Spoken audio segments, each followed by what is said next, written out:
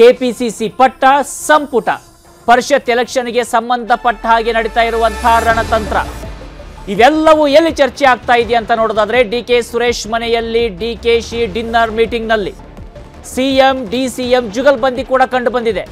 ಲೋಕ ಗೆಲುವಿನ ಲೆಕ್ಕಾಚಾರಗಳು ಕೂಡ ಅಲ್ಲಿ ನಡೀತಾ ಇದ್ದಾವೆ. ಹಾಗಿದ್ರೆ ಪ್ರಮುಖವಾಗಿ ಈ ಒಂದು ಔತಣಕೂಟ ಡಿನ್ನರ್ ಪಾರ್ಟಿ ಏನಿದೆ ಅಲ್ಲಿ ಏನು ಚರ್ಚೆ ಆಯಿತು, ಇವತ್ತಿನ ಸಂದರ್ಭದಲ್ಲಿ ಯಾಕೆ ಡಿನ್ನರ್ ಪಾರ್ಟಿ ಅಂತಕ್ಕಂಥ ಪ್ರಶ್ನೆ ಪ್ರಮುಖವಾಗಿ ಮೂಡುತ್ತೆ. ಮಧು, ಯಾಕೆ ಈ ಡಿನ್ನರ್ ಪಾರ್ಟಿ ಅಂತ ನೋಡಿ ರಾಘವೇಂದ್ರ, ಈಗ ಎಲೆಕ್ಷನ್ವರೆಗೂ ಕೂಡ ಯುನೈಟೆಡ್ ಬೈ ಎಲೆಕ್ಷನ್ ಅನ್ನೋ ರೀತಿ ಇತ್ತು. ಅಂದರೆ ಡಿವೈಡೆಡ್ ಬೈ ಚೇರ್ ಅಂತ ಇದ್ರೂ ಕೂಡ ಯುನೈಟೆಡ್ ಬೈ ಎಲೆಕ್ಷನ್ ಅನ್ನೋ ರೀತಿ ಹೇಗೆ ವಿಧಾನಸಭಾ ಚುನಾವಣೆಯಲ್ಲಿ ಒಗ್ಗಟ್ಟಿನ ಮಂತ್ರ ಹಲವಾರು ಅಪಸ್ವರಗಳು ಮತ್ತು ಅಸಮಾಧಾನಗಳ ನಡುವೆ ಮತ್ತು ವೈಯಕ್ತಿಕ ಆಕಾಂಕ್ಷೆಗಳು ಮಹತ್ವಾಕಾಂಕ್ಷೆಗಳ ನಡುವೆಯೂ ಕೂಡ ನಿಗದಿತ ಗುರಿಯನ್ನು ತಲುಪಲಿಕ್ಕೆ ಸಹಾಯ ಆಯಿತು. ಅಂಥದ್ದೇ ಒಂದು ಒಗ್ಗಟ್ಟನ್ನು ನಾವು ಪ್ರದರ್ಶನ ಮಾಡಬೇಕು. ಯಾವ ಕಾರಣಕ್ಕೂ ಕೂಡ ಪ್ರತಿಪಕ್ಷಗಳಿಗೆ ಅಂಥದ್ದೊಂದು ಅಸ್ತ್ರವನ್ನು ಕೊಡಬಾರ್ದು, ನಮ್ಮಲ್ಲಿ ಒಡಕಿದೆ ಅನ್ನುವಂಥ ಒಂದು ಲೆಕ್ಕಾಚಾರದಲ್ಲಿ ಯುನೈಟೆಡ್ ಆಗಿ ಮಾಡಿದ್ದಾರೆ.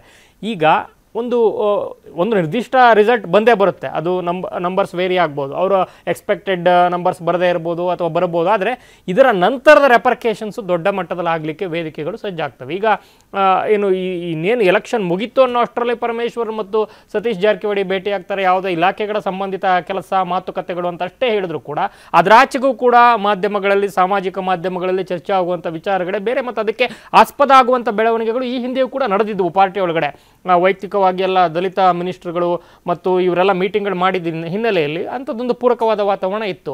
ಈಗ ಅದನ್ನು ಸಾರಾಸಗಟಾಗಿ ತಳ್ಳಿ ಹಾಕಿದ್ರು ಕೂಡ ಅವರು ಒಳ ಅರ್ಥದಲ್ಲಿ ಏನೋ ಸಮಥಿಂಗ್ ನಡೀತಾ ಇದೆ ಅನ್ನುವಂಥದ್ದು ಚರ್ಚೆ ಆಗುತ್ತೆ. ಸೊ ಇದಾದ ಮೇಲೆ ಡಿ ಕೆ ಶಿವಕುಮಾರ್ ಅವರು ನಾನು ಇನ್ನೆಷ್ಟು ದಿವಸ ಇರ್ತೀನೋ ಗೊತ್ತಿಲ್ಲ ಕೆಪಿಸಿಸಿ ಅಧ್ಯಕ್ಷನಾಗಿ ಅನ್ನುವಂಥ ಒಂದು ಮಾತನಾಡಿರುವಂಥದ್ದು ಮತ್ತು ನನ್ನ ಅಧ್ಯಕ್ಷತೆಯಲ್ಲಿ ಕಳೆದ 4 ವರ್ಷದಲ್ಲಿ ಆಗಿರುವಂಥ ಬದಲಾವಣೆಗಳು ಪಕ್ಷದಲ್ಲಿ ಮತ್ತು ಸರ್ಕಾರ 1 ವರ್ಷ ಪೂರೈಸಿದೆ ಅನ್ನುವಂಥದ್ದು ಅಷ್ಟನ್ನೇ ನೋಡ್ತಾ ಇರುವಂಥ ಜನರಿಗೆ ಅದರ ಹಿಂದಿನ 4 ವರ್ಷದ ಶ್ರಮವನ್ನು ಕೂಡ ಅರ್ಥ ಮಾಡ್ಕೊಬೇಕು ಅನ್ನೋಂಥ ಒಂದು ಮೆಸೇಜನ್ನು ತಮ್ಮ ವೈಯಕ್ತಿಕ ಒಂದು ಕೂಲಿ ಕೆಲಸವನ್ನು ಮಾಡಿದ್ವಿ, ಕೂಲಿಯನ್ನು ತಗೊಂಡಿದ್ವಿ ಅನ್ನೋಂಥ ಒಂದು ಕೂಲಿ ಪಡಿಬೇಕು ಇನ್ನು ಮುಂದೆ ದೊಡ್ಡ ಮಟ್ಟದಲ್ಲಿ ಅನ್ನೋಂಥ ಒಂದು ಎಕ್ಸ್ಪೆಕ್ಟೇಷನ್ಸ್ ಏನಿದೆ ಅಂಥದ್ದೊಂದು ಮಾರ್ಮಿಕ ಮಾತುಗಳ ಹಿನ್ನೆಲೆಯಲ್ಲಿ ಒಂದು ಸಹಜವಾದ ಒಂದು ಔತಣಕೂಟ ಅಂತ ಕರೆಸ್ಕೊಂಡ್ರು ಕೂಡ ಅದರಲ್ಲಿ ಪ್ರಮುಖ ಸಚಿವರುಗಳು ಭಾಗಿಯಾಗಿರುವಂಥದ್ದು. ಆಫ್ಟರ್ ಮಾತ್ ಆಫ್ ರಿಸಲ್ಟು ಯಾವ ರೀತಿ ಮ್ಯಾನೇಜ್ ಮಾಡಬೇಕು, ಕೋಆರ್ಡಿನೇಷನ್ ಮಾಡಬೇಕು, ಈ ಒಂದು ವಿಚಾರಗಳು ಮತ್ತು ಅಲ್ಲಿ ಯಾರು ಕೆಲಸ ಮಾಡಿದ್ದಾರೆ ಮಾಡಿಲ್ಲ ಮಾಡದೇ ಇರುವಂಥವರಿಗೆ ಅಸೆಂಬ್ಲಿ ಸೆಗ್ಮೆಂಟ್ಗಳಲ್ಲಿ ಯಾವ ರೀತಿ ಟ್ರೀಟ್ ಮಾಡಬೇಕು ಮತ್ತು ಸ್ಥಾನಮಾನ ಈ ಎಲ್ಲ ವಿಚಾರಗಳ ಬಗ್ಗೆ ಚರ್ಚೆ ಆಗಿರುವಂಥದ್ದು ಕೂಡ ವರದಿಗಳು. ಅದರ ಆಚೆಗೆ ಮುಂದಿನ ಒಂದು ಅಧಿಕಾರ ಹಂಚಿಕೆಯ ಬಗ್ಗೆ ಏನು ದೊಡ್ಡ ಚರ್ಚೆ ನಡೀತಾ ಇದೆ ಅದು ಯಾವ ಮಟ್ಟದಲ್ಲಿ ಕಾಂಕ್ರೀಟ್ ಆಗಿ ರಿಫ್ಲೆಕ್ಟ್ ಆಗುತ್ತೆ, ಔಟ್ಕಮ್ ಆಗುತ್ತೆ ಅನ್ನೋಂಥದ್ದು ಎರಡನೇ ವಿಚಾರ. ಆದರೆ ಈಗಾಗಲೇ ನೀವು ಮುಂದಿನ ದಿನಗಳಲ್ಲಿ ಬೇರೆ ಬೇರೆ ಈ ಅಧಿಕಾರದ ಚೌಕಾಸಿ ಏನು ನಡೀತಾ ಇದೆ ಅದರ ಸುತ್ತಮುತ್ತ ಹೇಳಿಕೆಗಳನ್ನು ಕೊಡುವಂಥ ವಿಚಾರದಲ್ಲಿ ಸ್ವಲ್ಪ ಪ್ರಜ್ಞಾಪೂರ್ವಕವಾಗಿರಬೇಕು ಅನ್ನೋಂಥ ಒಂದು ಕನ್ಸೆಂಟನ್ನು ಅಂದರೆ ಸಹಮತವನ್ನು ವ್ಯಕ್ತಪಡಿಸಲಿಕ್ಕೂ ಕೂಡ ಈ ಒಂದು ಡಿನ್ನರ್ ಮೀಟಿಂಗನ್ನು ಕರೆದಂತೆ ಕಾಣಿಸ್ತಾ ಇದೆ. ಯಾಕಂದರೆ ದೊಡ್ಡ ಮಟ್ಟದ ಒಂದು ವಾಗ್ದಾಳಿಗಳು ಎಲೆಕ್ಷನ್ ಆದಮೇಲೆ ಶುರುವಾಗ್ಬೋದು ಅನ್ನೋ ಒಂದು ನಿರೀಕ್ಷೆಯಲ್ಲಿ BJP ಅಥವಾ JDS ಕೂಡ ಇರುವಂಥದ್ದು. ಯಾಕಂದರೆ ಬದಲಾವಣೆ ಆಗುತ್ತೆ ನಿರೀಕ್ಷೆಗಳಿದೆ ಅನ್ನೋ ಲೆಕ್ಕಾಚಾರದಲ್ಲಿ. ಸೊ ಅದರ ಲಾಭವನ್ನು ಯಾವ ರೀತಿ ಪಡ್ಕೊಬೇಕು ಅನ್ನೋ ಲೆಕ್ಕಾಚಾರದಲ್ಲೂ ಕೂಡ ಪ್ರತಿಪಕ್ಷಗಳಿರೋದ್ರಿಂದ ಅದನ್ನು ಹೇಗೆ ಮ್ಯಾನೇಜ್ ಮಾಡಬೇಕು ಮತ್ತು ಜನರ ನಡುವೆ ಅಸಮಾಧಾನ ಆಗದೇ ಇರೋ ರೀತಿ ಮತ್ತು ಶಾಸಕರ ನಡುವೆ ಅಸಮಾಧಾನಗಳಾಗದೇ ಇರೋ ರೀತಿ ಹೇಗೆ ಮ್ಯಾನೇಜ್ ಮಾಡಬೇಕು, ಈ ಎಲ್ಲ ಅಂಶಗಳನ್ನು ಚರ್ಚೆ ಮಾಡಿರುವಂಥ ಸಾಧ್ಯತೆ ದಟ್ಟವಾಗಿ ಕಾಣಿಸ್ತಾ ಇದೆ. ಇನ್ನು ಅದರ ಆಚೆಗೆ ಡಿ ಕೆ ಶಿವಕುಮಾರ್ ಅವರು ಕೊಟ್ಟಿರುವಂಥ ಹೇಳಿಕೆಗಳು ಯಾವ ಕಾರಣಕ್ಕೆ ಈಗಾಗಲೇ ಮೀಟಿಂಗ್ ಆದಂಥ ಸಂದರ್ಭದಲ್ಲಿ ಈಗ KPCC ಕಾರ್ಯಾಧ್ಯಕ್ಷರುಗಳನ್ನು ಬದಲಾವಣೆ ಅಂದರೆ ಅವರ ಒಂದು ಯಾರ್ಯಾರಿದ್ದರೂ ಅವ್ರನ್ನೆಲ್ಲ ಕೂಡ ಬದಲಾವಣೆ ಮಾಡಲಾಯಿತು. ಬದಲಾದ ಸಂದರ್ಭದಲ್ಲಿ ಚರ್ಚೆ ಆದಂಥ ವಿಚಾರ ಏನು, ಇವರಿಗೆ 2 ಹುದ್ದೆ ಯಾಕೆ, ಒಂದು ಮಂತ್ರಿ ಮತ್ತೊಂದು ಪಕ್ಷದ ಸ್ಥಾನಮಾನ 2 ಯಾಕೆ ಅನ್ನುವಂಥ ಒಂದು ವಿಚಾರ ಬಂದಾಗ ಅದೇ ವಿಚಾರವನ್ನು ಆ ಒಂದು ಪ್ರಕ್ರಿಯೆ ಹಂತದಲ್ಲಿ ಡಿ ಕೆ ಶಿವಕುಮಾರ್ ಅವ್ರಿಗೂ ಕೂಡ ಬೆರಳು ಮಾಡಿ ತೋರಿಸಿದಂಥ ಒಂದಷ್ಟು ವರದಿಗಳಾಗಿದ್ದನ್ನು ಕೆಲವು ಮಂತ್ರಿಗಳು ಸೀನಿಯರ್ ಮಂತ್ರಿಗಳು ಪ್ರತ್ಯಕ್ಷವಾಗಿ ಪರೋಕ್ಷವಾಗಿ ಅವ್ರಿಗೆ ಯಾಕೆ 2 ಹುದ್ದೆ ಅನ್ನುವಂಥದ್ದು. ಆದರೆ ಎಲೆಕ್ಷನ್ ದೃಷ್ಟಿಯಿಂದ ಕೊಡಲಾಗಿದೆ ಸಂಘಟನೆ ಮತ್ತೊಂದೆಲ್ಲ ಲೆಕ್ಕಾಚಾರದಲ್ಲಿ. ಆದರೆ ಮುಂದುವರಿಬೇಕಾ ಅನ್ನುವಂಥ ಪ್ರಶ್ನೆ ಬಂದಾಗ ಈಗ ಹೊಸ ಅಧ್ಯಕ್ಷರು ಬರ್ತಾರಾ, ಹೊಸ ಅಧ್ಯಕ್ಷರಾದರೆ ಯಾವ ಭಾಗ ಕೊಡಬೇಕು, ಈಗ ಬೆಂಗಳೂರು ಹಳೆ ಮೈಸೂರೆಲ್ಲ ಆಯಿತು, ಉತ್ತರ ಕರ್ನಾಟಕದಲ್ಲಿ ಜಾತಿ ಪ್ರಾತಿನಿಧ್ಯ ಹೇಗೆ ಮತ್ತು ಪಾಪ್ಯುಲಾರಿಟಿ ಹೇಗೆ ಮತ್ತು CMಗೆ ಹೊಂದಾಣಿಕೆ ಹೇಗೆ, ಈಗ ಹಲವಾರು ಆಯಾಮಗಳಲ್ಲಿ ಚರ್ಚೆ ಆಗುವಂಥ ಒಂದು ಆಸ್ಪದಗಳು ಅಂಥದ್ದೊಂದು ಸಂದರ್ಭಗಳಿಗಿರೋದ್ರಿಂದ ಹೇಳಿಕೆಗಳು ಬರಲಿಕ್ಕಿಂತ ಮುಂಚೆ, ಹೇಳಿಕೆಗಳು ಬಂದು ಪ್ರತಿಪಕ್ಷಗಳಿಗೆ ಆಹಾರ ಆಗಲಿಕ್ಕಿಂತ ಮುಂಚೆ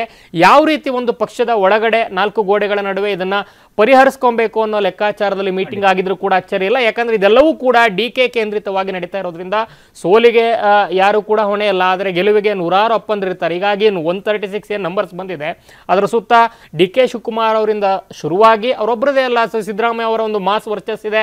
ಅದರ ಆಚೆಗೆ ಜಾತಿ ಕೇಂದ್ರಿತವಾಗಿರುವಂಥ ಬಲಿಷ್ಠ ನಾಯಕರುಗಳು ಕೂಡ ಇದ್ದಾರೆ. ಅವ್ರ ಹಿಂದೆ ಒಂದಷ್ಟು ಶಾಸಕರುಗಳ ಬೆಂಬಲವನ್ನು ಇಟ್ಕೊಂಡಿರುವಂಥ ನಾಯಕರುಗಳು. ಸೊ ಈ ಎಲ್ಲ ಹಿನ್ನೆಲೆಯಲ್ಲಿ ಈ ಒಂದು ಲೋಕಸಭಾ ಚುನಾವಣೆಯ ಫಲಿತಾಂಶದ ನಂತರ ಆಗುವಂಥ ಬೆಳವಣಿಗೆಗಳನ್ನು ಚೌಕಟ್ಟಿನೊಳಗೆ ಹೇಗೆ ನಿರ್ವಹಿಸಬೇಕು ಅನ್ನುವಂಥ ಲೆಕ್ಕಾಚಾರದಲ್ಲಿ ಆಗಿದ್ರು ಕೂಡ ಅಚ್ಚರಿ ಇಲ್ಲ. ಜೊತೆಗೆ ಪ್ರಜ್ವಲ್ ರೇವಣ್ಣ ಪ್ರಕರಣದಲ್ಲಿ ಆಗ್ತಿರುವಂಥ ಹೇಳಿಕೆಗಳು ಅಥವಾ ಬರ್ತಾ ಇರುವಂಥ ಹೇಳಿಕೆಗಳು ಎಲ್ಲ ಸಚಿವರುಗಳು ಶಾಸಕರು ಕೊಟ್ಟಂಥ ಸಂದರ್ಭದಲ್ಲಿ ಪ್ರತಿಪಕ್ಷಗಳಿಗೆ ಅಸ್ತ್ರ ಆಗಬಾರ್ದು ಅನ್ನೋ ಕಾರಣಕ್ಕೆ ಸಂಬಂಧಪಟ್ಟ ಗೃಹ ಸಚಿವರಷ್ಟೇ ಕೊಡಬೇಕು ಹೇಳಿಕೆಗಳನ್ನು ಅಂತ ಒಂದು ಮಾತುಕತೆಗಳು ಕೂಡ ಆಗಿವೆ ಅನ್ನುವಂಥದ್ದು. ಸೊ ಒಟ್ಟಾರೆ ಚುನಾವಣೆ ಪ್ರಜ್ವಲ್ ರೇವಣ್ಣ ಮತ್ತು ಅಸಮಾಧಾನಿತ ಶಾಸಕರು ಇದ್ದರೆ ಅವರನ್ನು ಹೇಗೆ ಮ್ಯಾನೇಜ್ ಮಾಡಬೇಕು ಅನ್ನುವಂಥ ವಿಚಾರದಲ್ಲಿ ಮೀಟಿಂಗ್ ಆಗಿರುವಂಥದ್ದು ಕಾಣಿಸ್ತಾ ಇದೆ.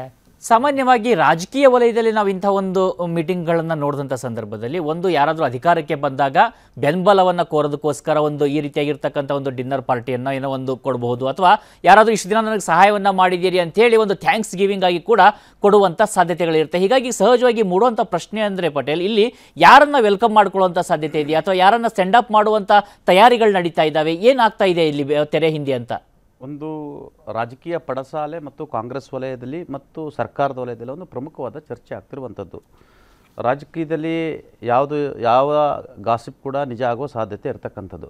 ಕೆಲವೊಮ್ಮೆ ಹೊಗೆ ಆಡದೆ ಬೆಂಕಿ ಇರಲ್ಲ, ಬೆಂಕಿ ಇಲ್ಲದೆ ಹೊಗೆ ಆಡಲ್ಲ ಅಂತ. ನಿಮಗೆ ಮುಖ್ಯಮಂತ್ರಿ ಸಿದ್ದರಾಮಯ್ಯನವರು ಮತ್ತು DK ಶಿವಕುಮಾರ್ ನಡುವೆ ಹೈಕಮಾಂಡ್ ಅಧಿಕಾರ ಹಂಚಿಕೆಯ ಮಾತುಕತೆ ನಡೆದಿದೆ, ಅದು ನಮ್ಮಿಬ್ಬರ ನಡುವೆ ಅಂತ ಹೇಳ್ತಾ ಅದು ಅಲ್ಲಿ ಹೊಳೆದಿದೆ ಅಂತ ಈಗಲೂ ಕೂಡ ಹೇಳ್ತಿರುವಂಥದ್ದು. ಸಿದ್ದರಾಮಯ್ಯನವರ ಅವರ ಪುತ್ರ ಯತೀಂದ್ರರವ್ರನ್ನ ಒಂದು ವೇಳೆ MLC ಮಾಡಿದರೆ ಅವ್ರನ್ನ MLC ಮಾಡಿ ಅವರನ್ನು RDPR ಅಥವಾ ಹೆಲ್ತ್ ಮಿನಿಸ್ಟ್ರು ಅಥವಾ ಮೆಡಿಕಲ್ ಎಜುಕೇಷನ್ ಮಿನಿಸ್ಟ್ರು ಮಾಡಿ ಅಥವಾ ಯಾವುದಾದ್ರೂ ಒಂದು ಪ್ರಮುಖವಾದ ಪೋರ್ಟ್ಫೋಲಿಯೋ ಕೊಟ್ಟು ಮೈಸೂರು ಜಿಲ್ಲಾ ಉಸ್ತುವಾರಿನ ಕೊಡುವ ಮುಖಾಂತರ ಸಿದ್ದರಾಮಯ್ಯನವರು ನಿರ್ಗಮನ ಆಗ್ತಾರೆ. ಆ ಮುಖಾಂತರ DK ಶಿವಕುಮಾರ್ಗೆ ಅವಕಾಶಗಳನ್ನು ಕೊಡ್ತಾರೆ ಮತ್ತು ಸಿದ್ದರಾಮಯ್ಯ ಹೇಳ್ದಂಥವರಿಗೆ 10 ರಿಂದ 15 ಜನರ ಮಂತ್ರಿಯನ್ನು ಮಾಡ್ತಾರೆ ಮತ್ತು ಅವ್ರು ಹೇಳ್ದಂಥವರಿಗೆ DCM ಮಾಡ್ತಾರೆ. ಈ ಥರ ಒಂದು ಮಾತುಕತೆ ನಡೆದಿದೆ ಅಂತೇಳಿ ಈಗ ಕಾಂಗ್ರೆಸ್ ವಲಯದಲ್ಲಿ ಚರ್ಚೆ ಆಗ್ತಿರುವಂಥದ್ದು. ಸ್ವತಃ ಇದಕ್ಕೆ ಇಂಬು ಕೊಡುವಂತೆ ಸಿದ್ದರಾಮಯ್ಯನವರೇ ಕೂಡ ಎಲ್ಲೊಂದು ಕಡೆ ಹೈಕಮಾಂಡ್ ಅವರಿಗೆ 2 ಬಾರಿ ಅವರು ವಿರೋಧ ಪಕ್ಷದ ನಾಯಕರಾದರು, ಸಮನ್ವಯ ಸಮಿತಿ ಅಧ್ಯಕ್ಷರಾದರು, 2 ಬಾರಿ ಕಂಪ್ಲೀಟ್ 5 ಇಯರ್ಸ್. ಒಂದು ಸಾಮಾನ್ಯ ನೀವು ಗಮನಿಸಿ, ನಿಮಗೆ ಕಾಂಗ್ರೆಸ್ನಲ್ಲಿ 50 ವರ್ಷ ಮಣ್ಣು ಹೊತ್ತವರಿದ್ದಾರೆ. ಖರ್ಗೆ ಅಂಥವರು ಇವತ್ತು ಮುಖ್ಯಮಂತ್ರಿ ಆಗಲಿಕ್ಕೆ ಸಾಧ್ಯ ಆಗಲೇ ಇಲ್ಲ, ಅವರ ಕನಸಾಗೇ ಉಳಿತು. ಭಾಳಷ್ಟು ಜನರು ಕಾಂಗ್ರೆಸ್ಸಿಗೆ ದುಡಿದಂಥವ್ರು ಇದ್ದಾರೆ, ಅವಕಾಶಗಳಿಲ್ಲ. ಆದರೆ ಸಿದ್ದರಾಮಯ್ಯವರು ಅವರು ಬಂದ ಕೇವಲ 3 ವರ್ಷಕ್ಕೆ ಅವರು ಮುಖ್ಯಮಂತ್ರಿ ಆಗ್ತಾರೆ ಅಂತ ಹೇಳಿದ್ರೆ ಅದು ಅವರ ಹೋರಾಟವೂ ಇದೆ. ಬಳ್ಳಾರಿ ಪಾದಯಾತ್ರೆ ಕೂಡ ಅದು ಕಾಂಗ್ರೆಸ್ನನ್ನು ಜೀವಂತವಾಗಿ ಇಡ್ತು, ಆಕ್ಸಿಜನ್ ಕೊಡ್ತು. ಸತ್ತು ಮಲಗಿದ್ದ ಕಾಂಗ್ರೆಸ್ಸನ್ನು ಆಕ್ಸಿಜನ್ ಕೊಡ್ತು. ಮತ್ತು ಆತ ಮಾಸ್ ಲೀಡರ್ ಆಗಿದ್ದಂತ ಕೊಟ್ಟರು. ನಿಮಗೆ 5 ವರ್ಷ ಪ್ಲಸ್ ಈಗ ಮತ್ತೆ ಅಧಿಕಾರ ಕೊಟ್ಟಿರ್ತಕ್ಕಂಥ. ಹಾಗಾಗಿ DK ಶಿವಕುಮಾರ್ ಕೂಡ ಪಕ್ಷಕ್ಕಾಗಿ ದುಡಿದಿದ್ದಾರೆ, ಪಕ್ಷಕ್ಕಾಗಿ ಸಫಾರಾಗಿದ್ದಾರೆ ಮತ್ತು ಪಕ್ಷಕ್ಕಾಗಿ ತನು ಮನ ಧನ ಎಲ್ಲವನ್ನು ಕೂಡ ಅರ್ಪಿಸಿದ್ದಾರೆ. ಹಾಗಾಗಿ ಅಧಿಕಾರ ಹಂಚಿಕೆ ಆಗಬೇಕು ಅನ್ನೋ ಚರ್ಚೆ ಆಗ್ತಿರುವಂಥದ್ದು. ಸ್ವತಃ ಒಂದು ಹಂತದಲ್ಲಿ ಮುಖ್ಯಮಂತ್ರಿ ಸಿದ್ದರಾಮಯ್ಯನವರೇ ಕೂಡ ಸಾಫ್ಟ್ ಕಾರ್ನರ್ ಆಗಿದ್ದಾರೆ. ಇಲ್ಲ, ಇದನ್ನು ಕಾಂಟ್ರವರ್ಸಿ ಮಾಡ್ಕೋಬಾರ್ದು ಮತ್ತು ಕಾಂಪ್ಲಿಕೇಟೆಡ್ ಮಾಡ್ಕೋಬಾರ್ದು ಮತ್ತು ಹೈಕಮಾಂಡ್ಗೂ ಅರ್ಟ್ ಮಾಡಬಾರ್ದು. ಯಾಕಂತ ಹೇಳಿದ್ರೆ ಇವ್ರಿಗೆ 2ನೇ ಬಾರಿ ಕೂಡ ಇವರು ಮುಖ್ಯಮಂತ್ರಿ ಮಾಡಿರುವಂಥದ್ದು ಮತ್ತು ಇವರಿಗೆ ಎಲ್ಲ ಸ್ವಾತಂತ್ರ್ಯವನ್ನು ಕೂಡ ಕೊಟ್ಟಿರ್ತಕ್ಕಂಥದ್ದು. ನಿಮಗೆ ಕಳೆದ ಬಾರಿ ಟಿಕೆಟ್ ಹಂಚಿಕೆಯಲ್ಲಿ ಕೂಡ ಆಲ್ಮೋಸ್ಟ್ ಸಿದ್ದರಾಮಯ್ಯನವರು ಹೇಳ್ದಂಥವ್ರು ಕೊಟ್ಟಿರೋದು. ಇವತ್ತು ಕೂಡ ಸಿದ್ದರಾಮಯ್ಯನವರಿಗೆ ಮೊದಲ ಪ್ರಾಶಸ್ತ್ಯ. ಅಲ್ಲಿ DK ಶಿವಕುಮಾರ್ PCC ಅಧ್ಯಕ್ಷ ಆಗಿದ್ದು ಕೂಡ ಹೈಕಮಾಂಡ್ ಅವರಿಗೆ ಮೊದಲ ಪ್ರಾಶಸ್ತ್ಯ ಕೊಡುತ್ತೆ, because of is a mass leader ಅನ್ನೋ ಕಾರಣಕ್ಕಾಗಿ. ಹಾಗಾಗಿ ಸಿದ್ದರಾಮಯ್ಯನವರ ಅಧಿಕಾರ ಹಂಚಿಕೆ ಆಗುತ್ತೆ ಅಂತ ಹೇಳಿದ್ರೆ ಅದು ಸಿದ್ದರಾಮಯ್ಯ ಪುತ್ರ ಯತೀಂದ್ರ ಸಿದ್ದರಾಮಯ್ಯನವರು MLC ಆದರೆ ಅದು 100% ಅಂತೇಳಿ ಕಾಂಗ್ರೆಸ್ನ ನಾಯಕರುಗಳು ಆಫ್ ದಿ ರೆಕಾರ್ಡ್ ಇದೇ ಸಚಿವರುಗಳು ಹೇಳಿರುವಂಥದ್ದು. ಇನ್ನು ನೀವು ಡಿನ್ನರ್ ಪಾರ್ಟಿ ಬಗ್ಗೆ ಮಾತನಾಡಿದ್ರು, ಅದೊಂದು ನಾನು ಚೆಕ್ ಮಾಡಿದೆ, ಕರ್ಟೆಸಿ ಕಾಲ್ ಅಂತ. ಈಗ ಚುನಾವಣೆಯಲ್ಲಿ ಭಾಳಷ್ಟು ಜನರು ಕೆಲಸ ಮಾಡಿದರು ಮತ್ತು ಒಂದಷ್ಟು ಮಾಹಿತಿಯನ್ನು ಕೂಡ ತೆಗೆದುಕೊಂಡಿದ್ದಾರೆ ನಿಮ್ಮ ಕ್ಷೇತ್ರದಲ್ಲಿ ಹೇಗಾಗಿದೆ ಅಂತೇಳಿ. ಈಗ ಕಾಂಗ್ರೆಸ್ನವ್ರು ಹೇಳ್ತಕ್ಕಂಥದ್ದು ನಮಗೆ 10 ರಿಂದ 12 ಕ್ಷೇತ್ರಗಳು 100%, ಉಳಿದಂಥ 4 ರಿಂದ 5 ಕ್ಷೇತ್ರಗಳು 50-50 ಫೈಟ್ ಇರ್ತಕ್ಕಂಥದ್ದು ಅಂತ ಹೇಳ್ತಾರೆ. ಅವ್ರು ಹೇಳ್ತಾರೆ ಬೆಂಗಳೂರು ಸೌತ್ ಅಂತ ಕ್ಷೇತ್ರನೂ ಕೂಡ ಅವರು ನಮಗೆ 50-50 ಇದೆ ಅಂತ ಹೇಳ್ತಾರೆ. ಬೆಂಗಳೂರು ಉತ್ತರದಲ್ಲಿ ಒಕ್ಕಲಿಗರು ಒಂದು ಸೈಡ್ ಆದರು ಅನ್ನೋ ಒಂದು ಮಾತನ್ನು ಕೂಡ ಹೇಳಿ. ಸೆಂಟ್ರಲ್ಲೂ ಕೂಡ ಈ ಸಾರಿ PC ಮೋಹನ್ ಅವರು ನೆಗ್ಲೆಕ್ಟ್ ಮಾಡಿದರು. ಈ ಹಿಂದೆ ಎಲ್ಲ ಚುನಾವಣೆ ಸಂದರ್ಭದಲ್ಲಿ ದಿನೇಶ್ ಗುಂಡೂರಾವ್ ಮತ್ತು PC ಮೋಹನ್ ಅಂಡರ್ಸ್ಟ್ಯಾಂಡಿಂಗ್ ಆಗ್ತಿದ್ರು. ಆದರೆ ಈ ಬಾರಿ ಮಂತ್ರಿ ಆಗಿದ್ದ ಕಾರಣಕ್ಕಾಗಿ ಗಾಂಧಿನಗರ ಕ್ಷೇತ್ರದಲ್ಲಿ ದಿನೇಶ್ ಗುಂಡೂರಾವ್ ಆ್ಯಕ್ಟಿವ್ ಆಗಿ ಹೆಚ್ಚು ಲೀಡ್ ಕೊಡಲಿಕ್ಕೆ ಪ್ರಯತ್ನ ಮಾಡಿದರು ಅಂತ ಹೇಳಿದರು. ಇನ್ನು ನಿಮಗೆ ಕೊಪ್ಪಳದಲ್ಲಿ ಸಂಗಣ್ಣ ಕರಡಿ ಬಂದಿದ್ದು ಅನುಕೂಲ ಆಯಿತು ಅನ್ನೋ ಲೆಕ್ಕಾಚಾರ ಆಯಿತು. ಮತ್ತು ವೀರಶೈವ ಲಿಂಗಾಯತ ಸಮುದಾಯದ ಕಾರ್ಯಾಧ್ಯಕ್ಷ ಆಗಿದ್ದ ಕಾರಣಕ್ಕಾಗಿ ಈಶ್ವರ ಖಂಡ್ರೆ ಪುತ್ರಗೆ ಅನುಕೂಲ ಆಯಿತು ಅಂತ ಲೆಕ್ಕಾಚಾರ. ಇನ್ನು ಬಳ್ಳಾರಿಯಲ್ಲಿ ತುಕಾರಾಮ್ರವರು ಸಾಫ್ಟ್ ನೇಚರ್ ಇರೋದ್ರಿಂದ ಮತ್ತು ಪಬ್ಲಿಕ್ ಪರ್ಸನ್ ಚೆನ್ನಾಗಿರೋದ್ರಿಂದ ಇಲ್ಲಿ ಶ್ರೀರಾಮ್ನವ್ರನ್ನ ಮಣಿಸ್ತಾರಂತ ಅವರ ನಿನ್ನೆ ನಡೆದಂಥ ಲೆಕ್ಕಾಚಾರದಲ್ಲಿ. ಇನ್ನು ರಾಯಚೂರಿನಲ್ಲಿ ಕೊನೆಗಳಿಗೆ ಅವ್ರಿಗೂ ಭಗವಂತ ರಾಯ್ ಮತ್ತು ಅಮರೇಶ್ ನಾಯಕ್ರವ್ರ ನಡುವಿನ ಸ್ಪ್ಲಿಟ್ ಕಾರಣಕ್ಕಾಗಿ ಅನುಕೂಲ ಆಯಿತು ಅನ್ನೋ ಲೆಕ್ಕಾಚಾರಗಳು ಅವ್ರು ಮಾಡಿರ್ತಕ್ಕಂಥದ್ದು. ಈ ರೀತಿ ಅನೇಕ ಲೆಕ್ಕಾಚಾರಗಳನ್ನು ಮಾಡಿರ್ತಕ್ಕಂಥದ್ದು. ಹಾಗಾಗಿ ಚುನಾವಣೆಯಲ್ಲಿ ಗೆಲುವಿನ ಲೆಕ್ಕಾಚಾರ. ಮತ್ತೊಂದು ಕಡೆ ಡಿ ಕೆ ಶಿವಕುಮಾರ್ ಹೇಳೋರು PCC ಅಧ್ಯಕ್ಷ ನನಗೆ ಸಾಕಾಯ್ತು ಅಂತೇಳಿ. ಅವ್ರು ಸಾಕಾಯ್ತು ಅಂದರು, ಬಟ್ ಅದನ್ನ ತಗೊಳ್ಳೋಕ್ಕೆ ಯಾರೂ ರೆಡಿ ಇಲ್ಲ. ಯಾಕಂತ ಹೇಳಿದ್ರೆ ನಿಮಗೆ ಕಾಂಗ್ರೆಸ್ ಪಾರ್ಟಿಯ ಅಧ್ಯಕ್ಷ ಹುದ್ದೆ ಅಂತ ಹೇಳಿದ್ರೆ ಅದು ಒಂಥರ ದೊಡ್ಡ ತಲೆನೋವಿನ ಕೆಲಸ. ನಿಮಗೆ ಜೇಬಿನ ರೊಕ್ಕನೂ ಹೋಗುತ್ತೆ ಮತ್ತು ಹೊರಗಡೆ ಜನರ ಹತ್ರಲ್ಲೂ ಇಸ್ಕೋಬೇಕು, ನಾಯಕರ ಹತ್ರಲ್ಲೂ ಇಸ್ಕೋಬೇಕು. ಡಿ ಕೆ ಶಿವಕುಮಾರ್ಗೆ ಆ ಚಾಕಚಕ್ಯತೆ ಇದೆ. ಡಿ ಕೆ ಶಿವಕುಮಾರ್ ಕೇಳಿದ್ರೆ ಯಾವ ಮಂತ್ರಿ ಬೇಕಾದರೆ ಇಷ್ಟು ಕೊಡಿ ಅಂದರೆ ಕೊಡ್ತಾರೆ. ಮತ್ತು ಡಿ ಕೆ ಶಿವಕುಮಾರ್ ಹೇಳಿದ್ರೆ ಒಂದಷ್ಟು ಪಾರ್ಟಿ ಡೊನೇಷನ್ ಕೊಡೋರು ಇದ್ದಾರೆ.